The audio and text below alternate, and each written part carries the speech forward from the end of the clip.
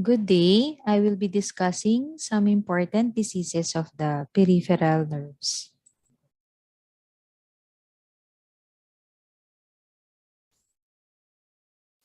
In approaching a patient with complaints that refer to peripheral neuropathy, the following are important points to remember.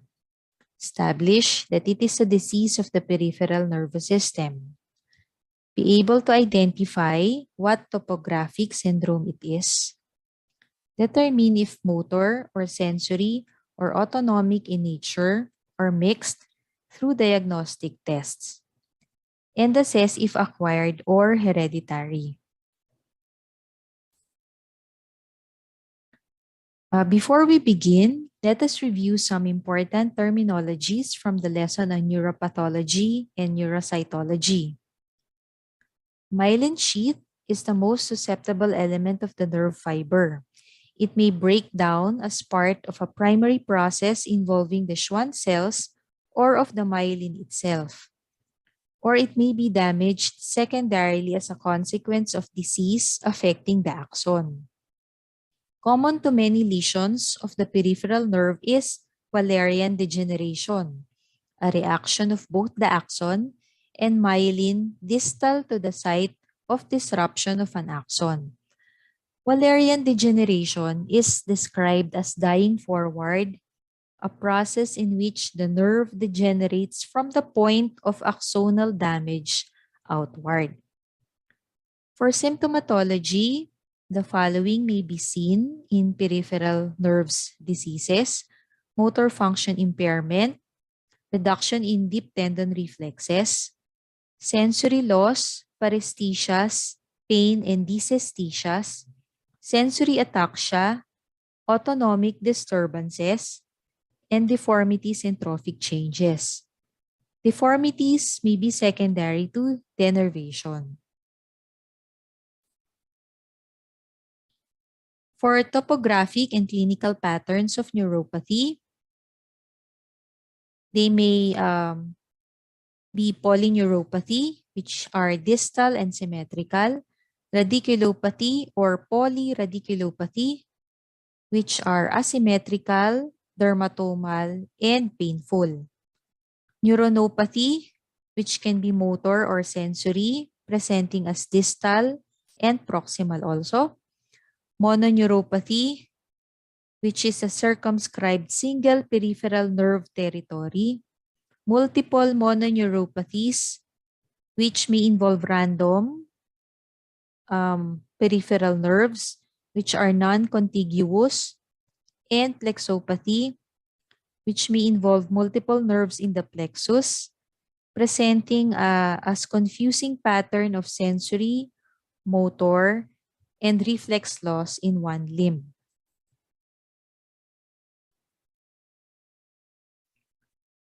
The etiological diagnosis of polyneuropathy is guided by determining whether the myelin or the axon is the primary involved.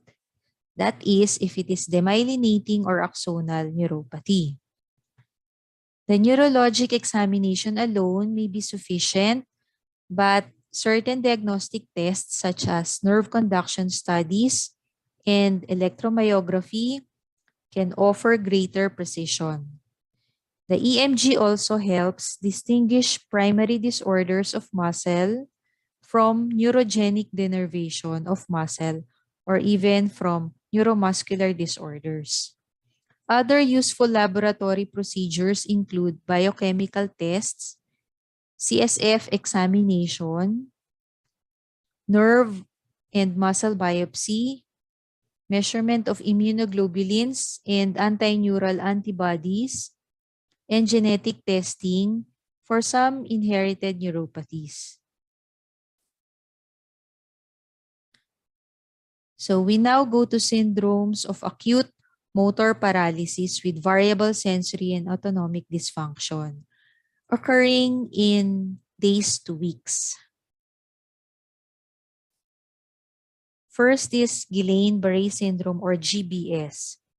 This is the most common cause of acute, subacute generalized paralysis with an incidence of 0.4 to 1.7 cases per 100,000 persons per year.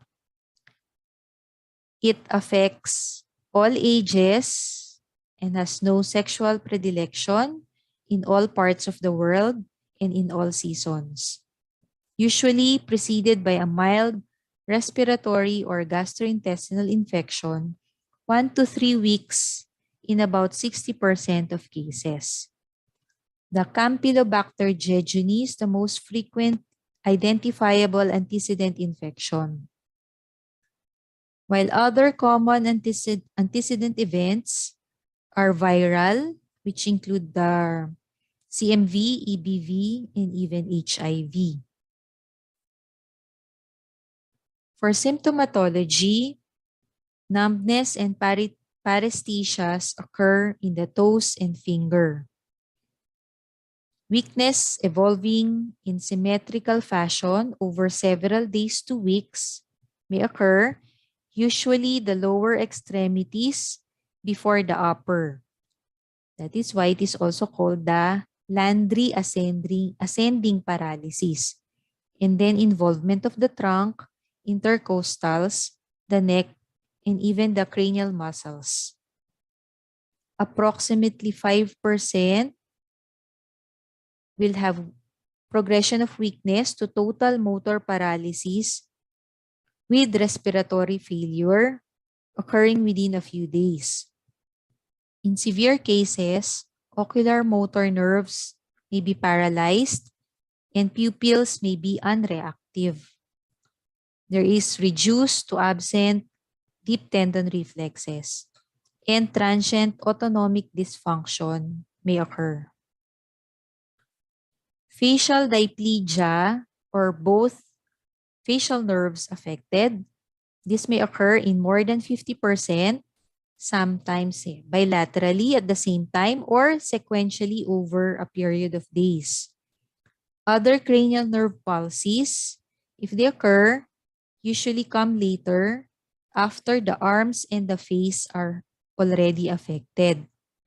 Autonomic disturbances include sinus tachycardia, or less often bradycardia, facial flushing, fluctuating hypertension and hypotension, loss of sweating, or episodic profuse diaphoresis.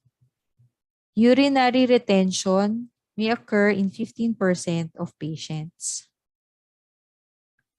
There are several forms or variants of GBS. The acute axonal form, the muscle atrophy, may occur relatively early. The defining feature of this form is the numerous electrically inexcitable motor nerves, which are signs of extensive denervation. Up to 20% of cases are associated with antibodies to the GM1 ganglioside of the peripheral nerves. And some of these reflect recently preceding infection with Campylobacter jejuni. This acute axonal form includes the AMAN, or the acute motor, and the AMSAN, or the acute motor sensory axonal neuropathy. Another is the Fisher syndrome, wherein there is partial or complete ophthalmoplegia plus ataxia plus areflexia. So this is the triad. The differentials may include myasthenia gravis, botulism, diphtheria, tick paralysis, and even basilar artery occlusion.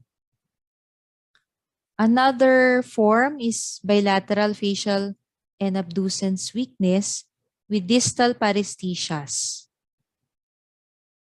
Another is paraparetic ataxic and purely motor or purely sensory form.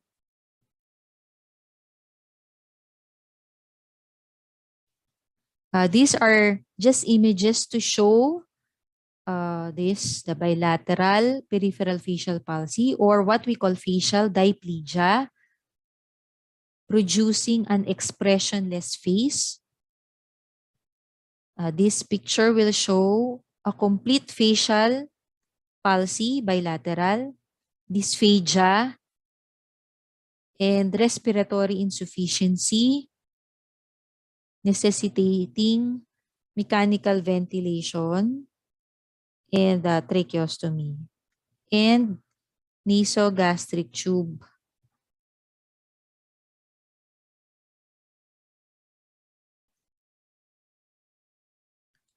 These are the laboratory findings for GBS. The most important are the electrophysiologic and the CSF studies. The EMG-NCV will show reduced amplitude of the compound motor action potential. The conduction velocities are slowed, and as well as presence of conduction block. There are no denervation potentials initially. The CSF will show cytoalbuminologic dissociation, a cellular but with high protein. Sometimes the CSF of some patients may have WBC, but the numbers of cells will eventually decrease in 2 to 3 days. If ever the WBC or the pleocytosis will persist, additional workups should be done in order to completely rule out infectious process. MRI may show gadolinium enhancement of the cauda equina roots. Serum sodium level may show hyponatremia secondary to SIADH. The ESR is usually normal, and sometimes antibody determination may be done. This is the NCV test, which the abnormalities are early and dependable diagnostic indicators of GBS. Below is a sample NCV study of the median nerve of a 35-year-old patient with GBS at week 2 of illness, comparing the upper tracing, which is stimulation at the wrist area, with the lower tracing, which is stimulation at the elbow. Note of the significant drop in the compound motor action potential. There is a drop of about 80%. For EMG, the compound motor action potentials become progressively small, and this may be due to axonal loss or distal conduction block, and they are poor prognostic signs. Here, the CMAP is shown to be 0.5 millivolts compared to the recovery phase with a 7 millivolt CMAP. Also, the distal latency is prolonged.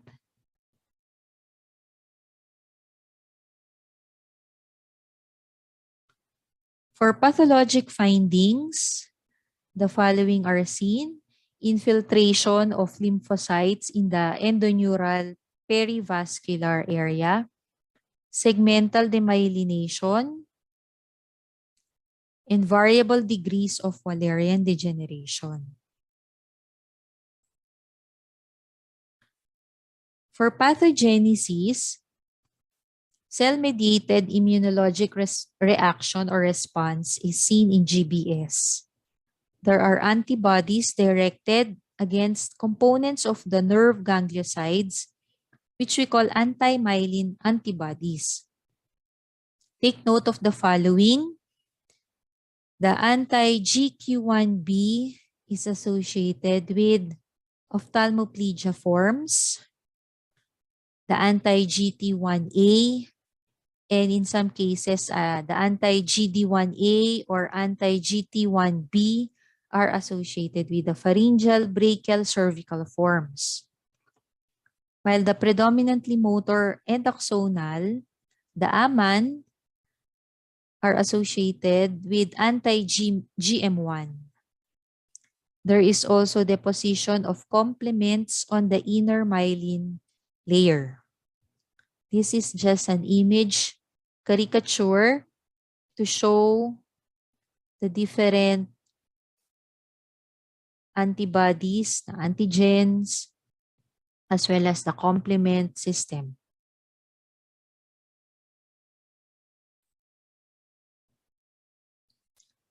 Here are the presumed cellular events happening in the peripheral nerves of a patient with GBS.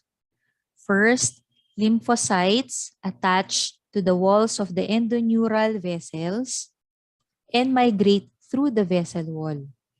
At this stage, there is no nerve damage. Next, as more lymphocytes have migrated into the surrounding tissue, there is now breakdown of the myelin. However, the axon is still spared. And here, we could see the segmental demyelination because of the breakdown of the myelin. Next, there is more intense infiltration of the lymphocytes, and now with the polymorphonuclears being present also, there is now interruption of the axon in addition to the myelin sheath damage. As a result, there will be denervation atrophy, and the nerve cell body will show central chromatolysis. So if the axonal damage is distal, this nerve cell body will survive and regeneration as well as clinical recovery may happen. However, in this next stage, wherein the axonal interruption has progressed more proximally, the nerve cell body may die and may eventually dissolve. In this case, there is no more regeneration, and the only possibility is a collateral reinnervation of the muscle from other surviving motor fibers.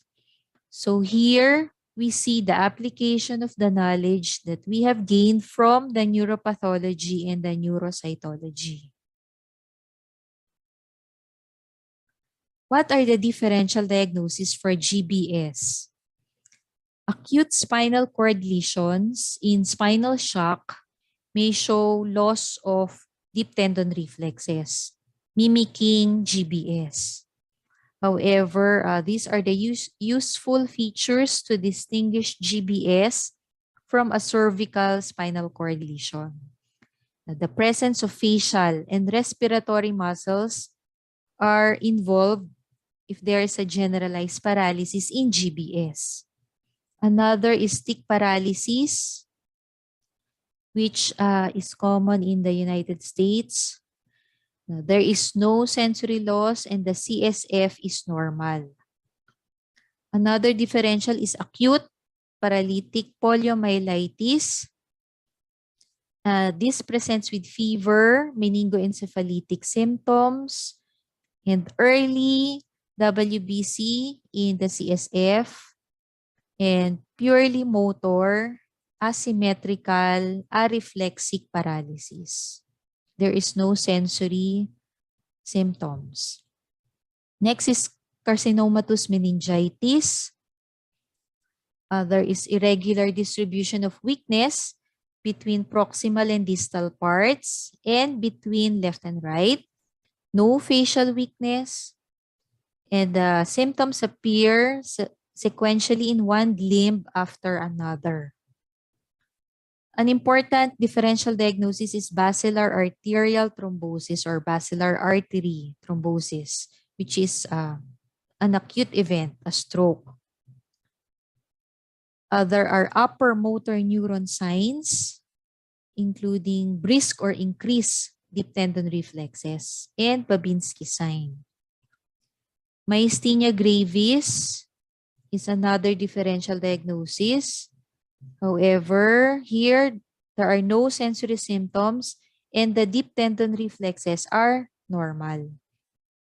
In botulism, there's early loss of pupillary reflexes and bradycardia is almost always present.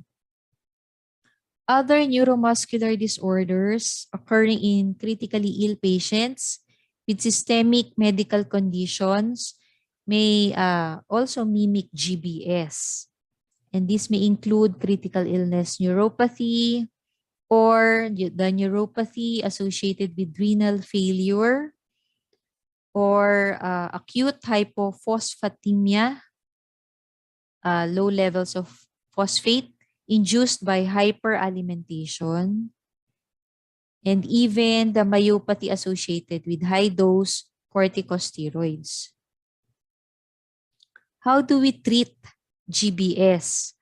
The treatment is primarily general medical care. Because of the possibility of rapid deterioration in the first few days, all except the mildest cases should be admitted to the hospital for observation.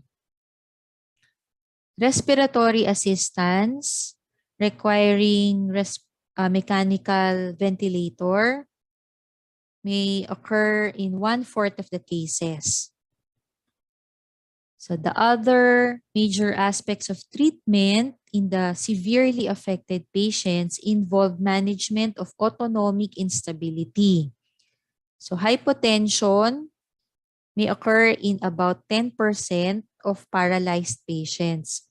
And this is treated by intravenous saline solution or vasopressor agents. There may also be extremes of hypertension managed by short-acting and titratable antihypertensive medications, usually intravenous. The choice and the dosing is important because the episodes of hypertension may be rapidly followed by hypotension. Care for bedbound patients include prevention of electrolyte imbalances, prevention of GI hemorrhages, and pulmonary embolism. We can give subcutaneous heparin or low molecular weight heparin or apply pneumatic compression boots. Tracheostomy may be needed for patients requiring prolonged mechanical ventilation, as well as physical therapy for totally paralyzed patients. Plasma exchange or plasmapheresis, treated within 2 weeks of onset, there will be 50% reduction in period of hospitalization, duration of mechanical ventilation, and time required to achieve independent ambulation.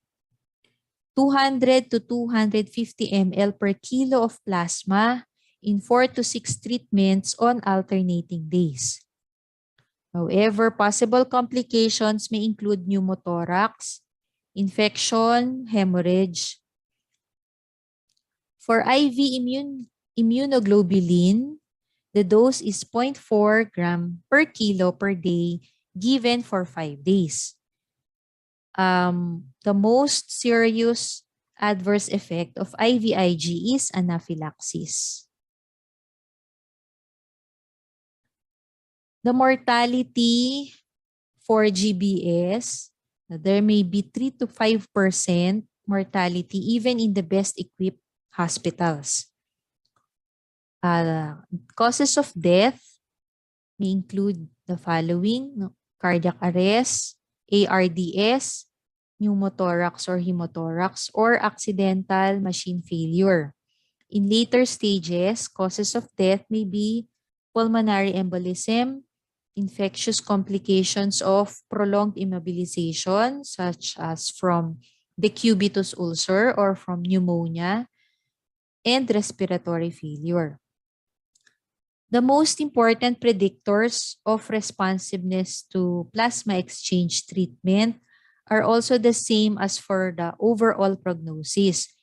And these predictors include the patient's age. The younger patients respond better to plasma exchange and with good prognosis overall. Preservation of motor compound muscle action potential amplitudes prior to the treatment is also a good predictor. One study has found that the condition of patients was better at 6 and 12 months after treatment compared to those patients who did not receive any treatment. In patients with respiratory failure, the average period of machine-assisted respiration is 22 days and the period of hospitalization is 50 days. The speed of recovery may vary. The recovery may occur between few weeks to few months. If axons have been damaged, regeneration may require longer, about 6 to 18 months. Little improvement can be expected in disabilities that have lasted for 2 years or even longer. 5 to 10% of patients encounter one or more recurrences of the acute polyneuropathy. So it is recommended to do repeat electrophysiologic tests, the EMG and the NCV, especially in the group of patients with slower clinical recovery. Now we go to another syndrome presenting with acute symmetrical polyneuropathy, the critical illness polyneuropathy. They present with mild sensory but with severe motor symptoms, sparing the cranial nerves. This polyneuropathy type appears after several days of sepsis or other overwhelming infection, such as the SIRS and the multiple organ failure. Implicated also are the effects of antibiotics and other drugs as well as nutritional deficiency. This polyneuropathy may cause difficulty in weaning off the mechanical ventilator. Another cause of acute polyneuropathy is uremic polyneuropathy, which is a more rapid or accelerated process. This occurs among diabetics with stable end-stage renal failure who have been treated with peritoneal dialysis. The etiology is unknown. Electrophysiologic studies will show demyelinating features, but usually no conduction block. There may be mildly or moderately increased CSF protein. And few patients respond to plasma exchange or IVIG.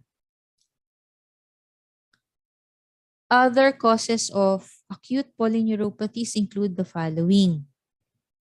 Remember, as a rule, the metals, organophosphates, and industrial solvents cause subacute and chronic neuropathies. But certain drugs such as the TOCP and other organophosphates may cause a severe polyneuropathy which may be fatal in a few days' time, or severe and permanent paralysis. Other neuropathies may be related to lupus, polyarteritis nodosa, and other immunologic conditions. Paraneoplastic, alcoholism, occult carcinoma, Hodgkin disease, and renal transplantation.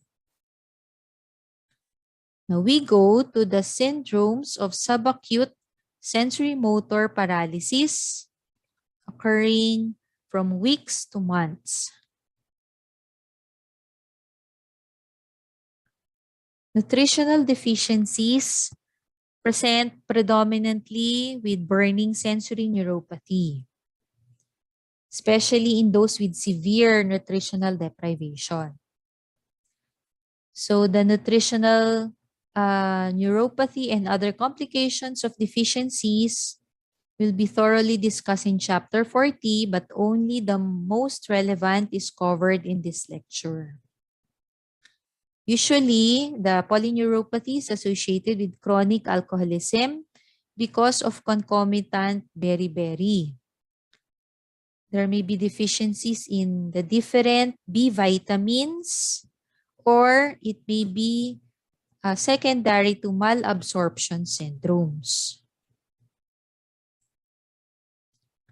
For paraneoplastic neuropathy, which is thoroughly discussed in Chapter 30, these are only the most relevant. They are the remote effects of cancer. Take note, remote effects and not direct effects.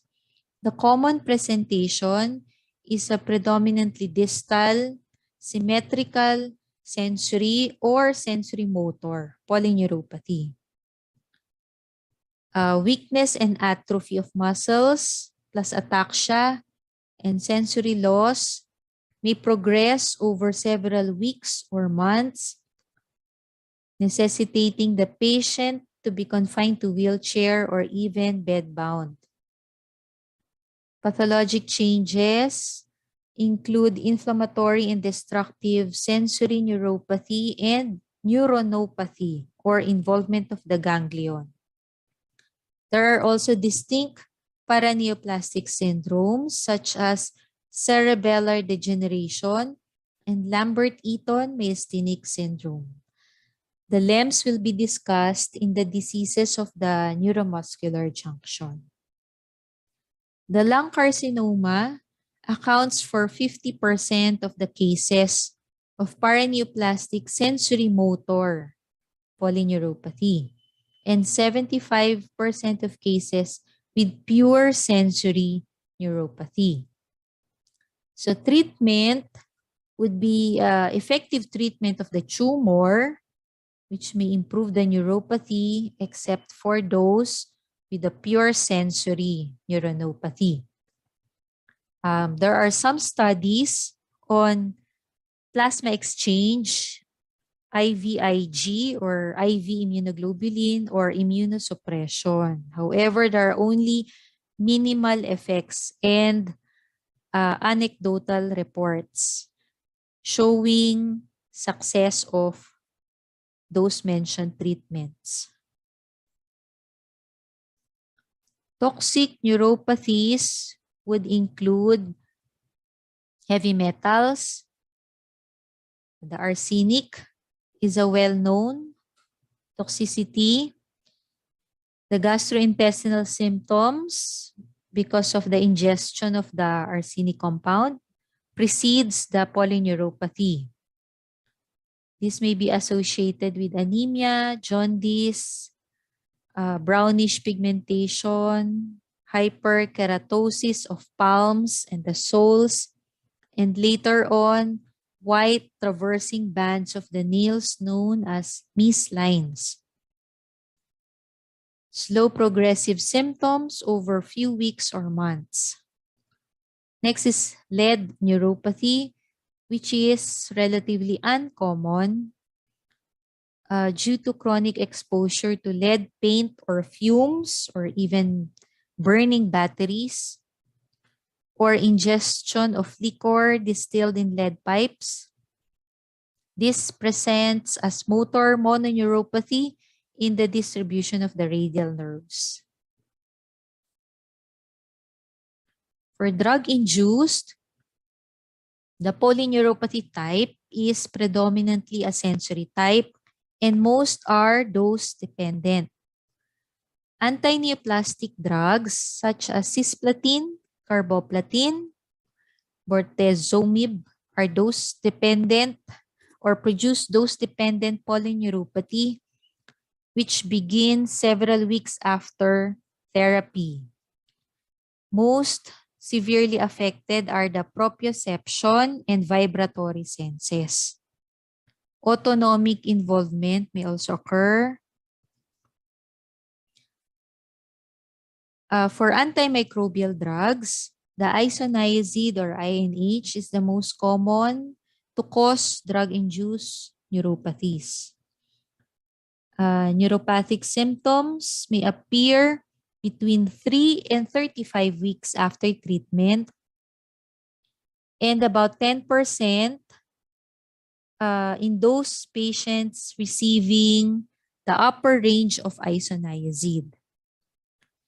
INH interferes with pyridoxine metabolism. And the administration of pyridoxine 150 to 450 milligrams daily together with the isoniazid will completely prevent the neuropathy. However, paradoxically, taking of extremely high doses of pyridoxine for long periods may actually cause disabling, predominantly sensory ganglionopathy.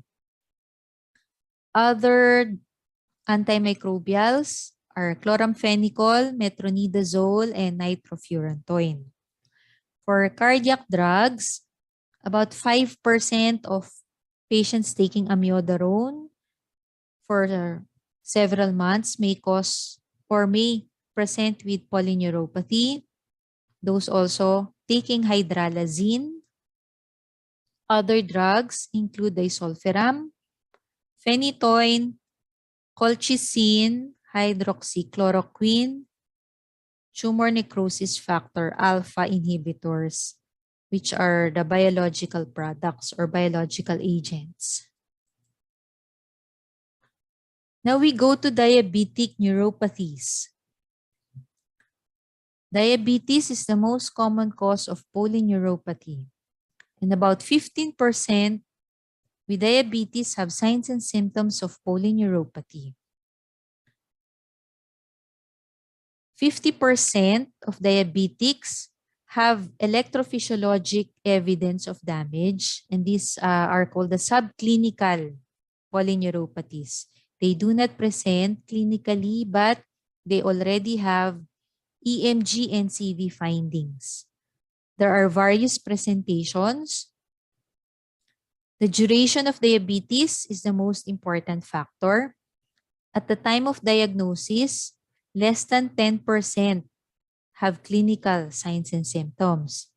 But 25 years after diagnosis, about half of the patients will already have clinical signs and symptoms.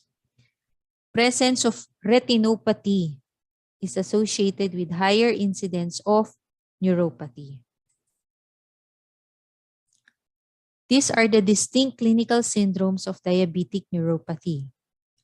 The most common is the distal symmetrical, primarily sensory polyneuropathy affecting the feet and then the legs in a slowly progressive manner, eventually affecting the distal upper extremities or the hands.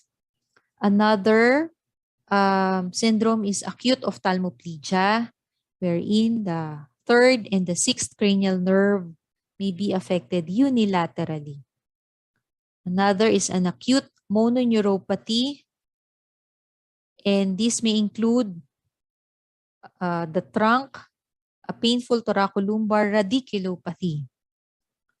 Next is an acute or subacute painful, asymmetrical, predominantly motor, multiple neuropathy affecting the upper lumbar roots, known as diabetic amyotrophy. Another is a more symmetrical proximal motor weakness and wasting of muscles, usually without pain or with variable sensory loss. And autonomic neuropathy may also occur, involving the bowel, the bladder. So they may present with diarrhea or gastroparesis, or even sweating and circulatory reflexes. These forms of neuropathy often coexist or overlap. For the pathology, ischemia or infarction of the nerves or nerve fascicles are seen due to microvasculopathy or microvascular damage. The polyneuropathy is associated with occlusion of small endoneural blood vessels or the vasa nervorum. However, metabolic abnormality may also play a role. The table will show the pathological and biochemical changes occurring in diabetic neuropathies. Loss of myelinated fibers, repeated demi and remyelination, reduction in unmyelinated fibers, capillary and arteriolar hyalinosis. For biochemical changes, low intraneural myoinositol, reduction in aldose reductase, elevated sorbitol, and even reduction in trophic factors such as the nerve growth factors. The treatment includes maintenance of blood glucose control to normal range and anti-neuropathic pain medications. Here is a table of different pharmacological agents for neuropathic pain in general. So each drug should be tried for a period of 4 to 6 weeks. So the first line includes gabapentinoids, the SNRI antidepressants, and the tricyclic antidepressants. The topicals are only for focal neuropathic pain. This table also shows the recommended dosing and titrations, as well as the precautions for patients with comorbid medical conditions or intake of concomitant medications.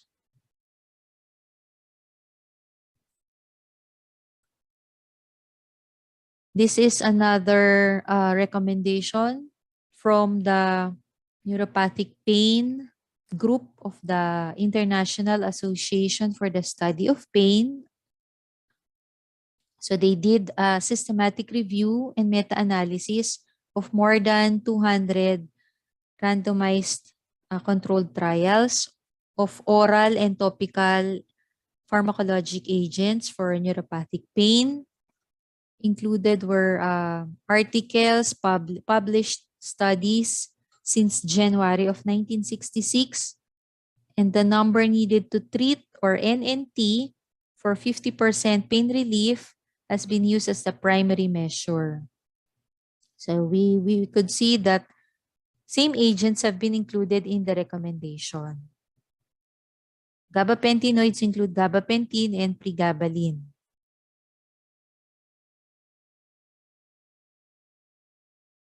We now go to mononeuropathy and mononeuritis multiplex. Here, there are involvement of multiple individual nerves serially or almost simultaneously. And vasculitis accounts for more than 50% of cases. Vasculitis produces nerve infarction. Polyarteritis nodosa causes abrupt focal pain or numbness, followed by several hours or days by motor or sensory loss in the entire distribution of that nerve, and then involvement of other peripheral nerves. In 1 to 5% of patients with rheumatoid arthritis, mononeuritis multiplex may occur, together with nodules, skin vasculitis, weight loss, and fever. For SLE, about 10% of the patients will develop mononeuritis multiplex. There is high ESR and other serologic abnormalities as well. Treatment includes steroids and other immunosuppressants. HIV may present with several types of neuropathies, including predominantly sensory type, which is painful, or it may be a lumbosacral polyradiculopathy, or even a cranial nerve involvement, mainly the facial nerve, or a mononeuropathy. Some cases may mimic GBS. Other causes are granulomatous and idiopathic causes.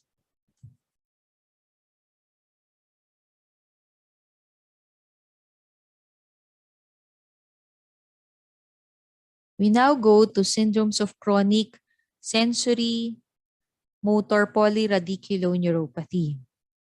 We will only take up the chronic inflammatory demyelinating polyneuropathy or CIDP.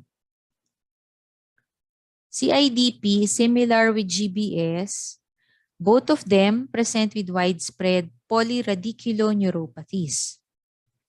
In CSF, cytoalbuminologic abnormalities are seen. Both of them exhibit EMG-NCV, evidence of demyelinating process. Both show similar multifocal perivenous inflammatory infiltrates. The differences from GBS, CIDP is not as common. It has a prolonged and relapsing course with a maximum severity after several months. No usual antecedent infection is identified. CIDP responds to steroid unlike GBS, but there is also short-term benefit to IV immunoglobulin and plasma exchange. In CIDP, certain HLA antigens occur with greater frequency unlike in GBS. For features, chronic symmetric sensory motor loss and areflexia, cranial nerve abnormalities are unusual, unlike GBS.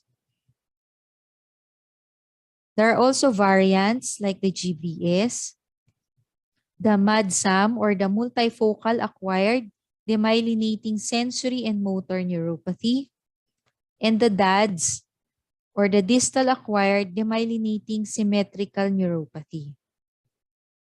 The DADS has poor response to treatment. There are also variants known as CIDP plus paraproteinemia or plus lupus plus connective tissue diseases. For the pathology, sural nerve biopsies will show interstitial and perivascular infiltrates, demyelination, or even depletion of the nerve fibers. There are variable loss of myelinated fibers, and remaining fibers undergo Wallerian degeneration or segmental demyelination or demy and remyelination process. Treatment, so for during acute exacerbations, high-dose intravenous corticosteroids are given. Glucocorticoids have been the mainstay of therapy, but many patients have become dependent on this medication and suffer adverse effects. The usual regimen may begin with 60 to 80 milligrams of prednisone daily to be tapered over several months to the lowest effective dose, usually 25 to 40 milligrams a day. Intravenous immunoglobulin with 2 grams per kilo in divided infusions over 2 to 5 days may be given, or plasma exchange twice weekly for 3 weeks. And both the IVIG and the plasma exchange offer beneficial effects on neurologic disability as well as in nerve conduction. For prognosis, in some studies, long-term outcome is generally poor with less than 10% disease burnout. In some also, after 5-year follow-up, about 50% with full or partial remission. Patients with discrete relapses have better prognosis than those patients with a progressive course. Genetic chronic polyneuropathy are not very common. And among them, the most common is the peroneal muscular atrophy or the Charcot-Marie-Tooth disease types 1 and 2, also known as hereditary motor sensory neuropathies types 1 and 2. They are autosomal dominant with almost complete penetrance involving chromosome 1 or chromosome 7, and less often autosomal recessive and sex-linked. Completely symmetrical with very slow progression, and the loss of myelin is disproportionate to the axonal involvement. There's no specific treatment to this hereditary or genetic polyneuropathy, and bracing and physical therapy remain to be the mainstay of treatment. We now go to the different entrapment neuropathies. For the upper extremities, the ulnar nerve is most commonly compressed at the superficial site in the elbow, where it passes around the medial epicondyle or the medial cubital tunnel. The radial nerve, the most common site of compression, is in the humeral groove, and this will produce a wrist drop.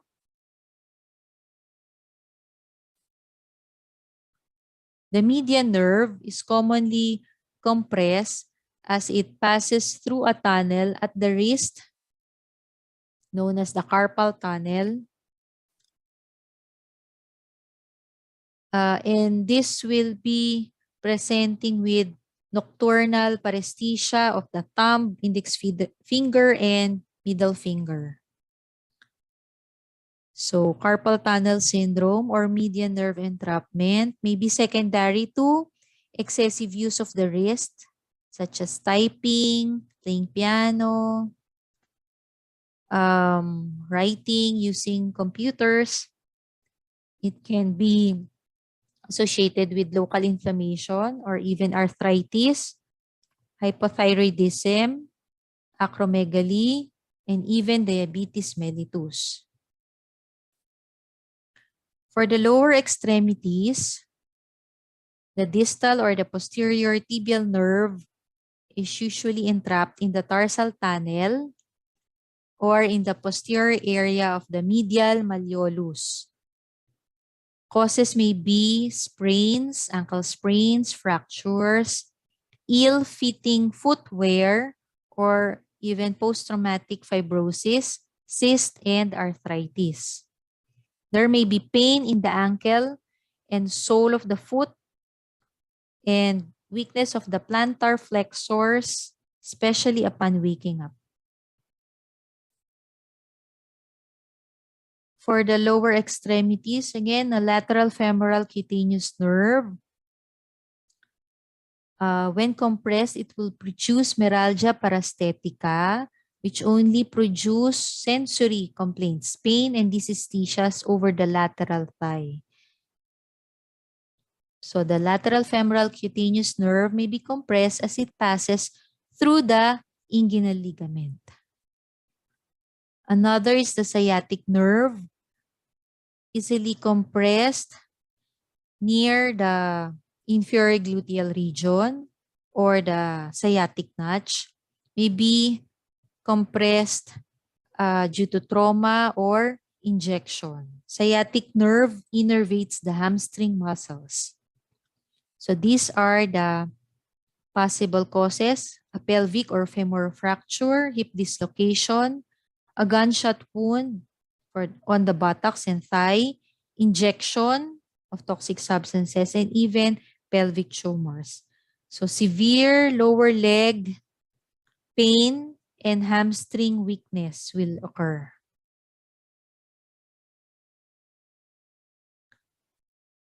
Another nerve is the peroneal nerve. The superficial peroneal nerve may be compressed when it curves around the head of the fibula at the area of the knee. So any of the following may cause compression of the nerve: surgical operation, sleep, tight plaster cast, obstetric stirrups during normal delivery, prolonged crossing of the legs when seated, and even wearing tight knee boots. And this may cause foot drop.